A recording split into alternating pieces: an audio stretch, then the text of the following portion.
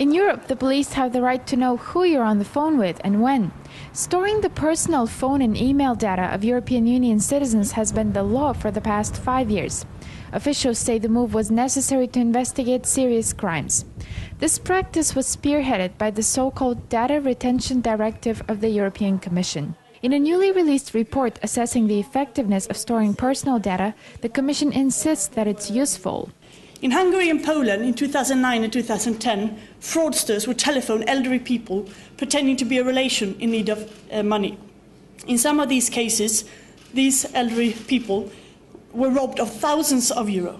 The police could identify the perpetrators through examining data generated by those phone calls. But other than several specific cases, the Commission admitted that it has no EU-wide statistics about the impact of this directive on criminal investigations.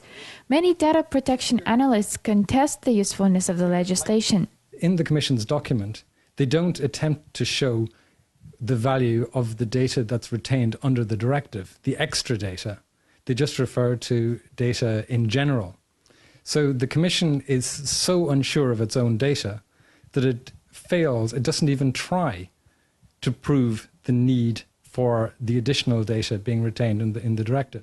Experts note that phone and internet operators retain personal data anyway for a short period of time for billing purposes, and this information can be used by the authorities when necessary, even without the directive.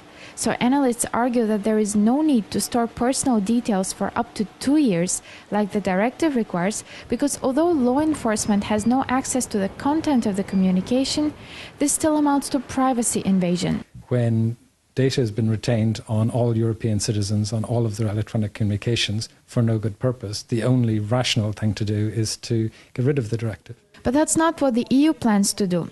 Although the Commission admits that the directive does pose privacy problems and that in some EU countries it's been used for all kinds of crimes, not just serious ones, it's determined to keep the legislation. Now the European Commission is going to start collecting proposals about how to overhaul the directive. But it says the new legislation will not be a reality for a couple of years because it takes time for the 27 EU countries to agree on things. Yildiz Sadakova, Press TV, Brussels.